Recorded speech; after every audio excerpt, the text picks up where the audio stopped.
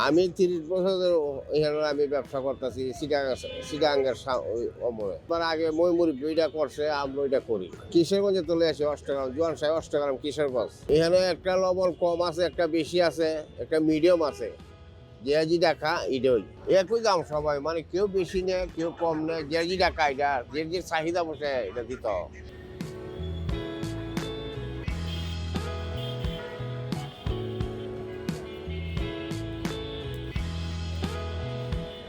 বিক্রি করি মানে 850 টাকা কেজি।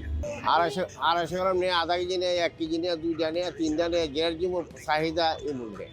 না নষ্ট হবে না, এটা তো 1 মাসে গ্যারান্টি আছে, 1 মাস থাকবে এটা। বেঁচে গেল শীতের সময় একটু ভালো থাকে, গরমের দিনে একটু ব্যবসা ড্যাম থাকে। আর এমন আছে পরা মাসে মাসের মাস নেয়, 1 মাস পরে পরে শেষ হলে আবার নেয়। বা মানে পরিচিত কাস্টমার বেশি, ডেলি আসে, খায়া খায়া নিতেছে। সকাল 10, 10:30 আসি আমি এখানে। 9টা, 9:30, 10টা বাজে জায়গায় এটা ঠিক না, যে সময় বেচা হলে আগে জায়গা নাহলে 10টা, 10:30 তো বসে থাকে।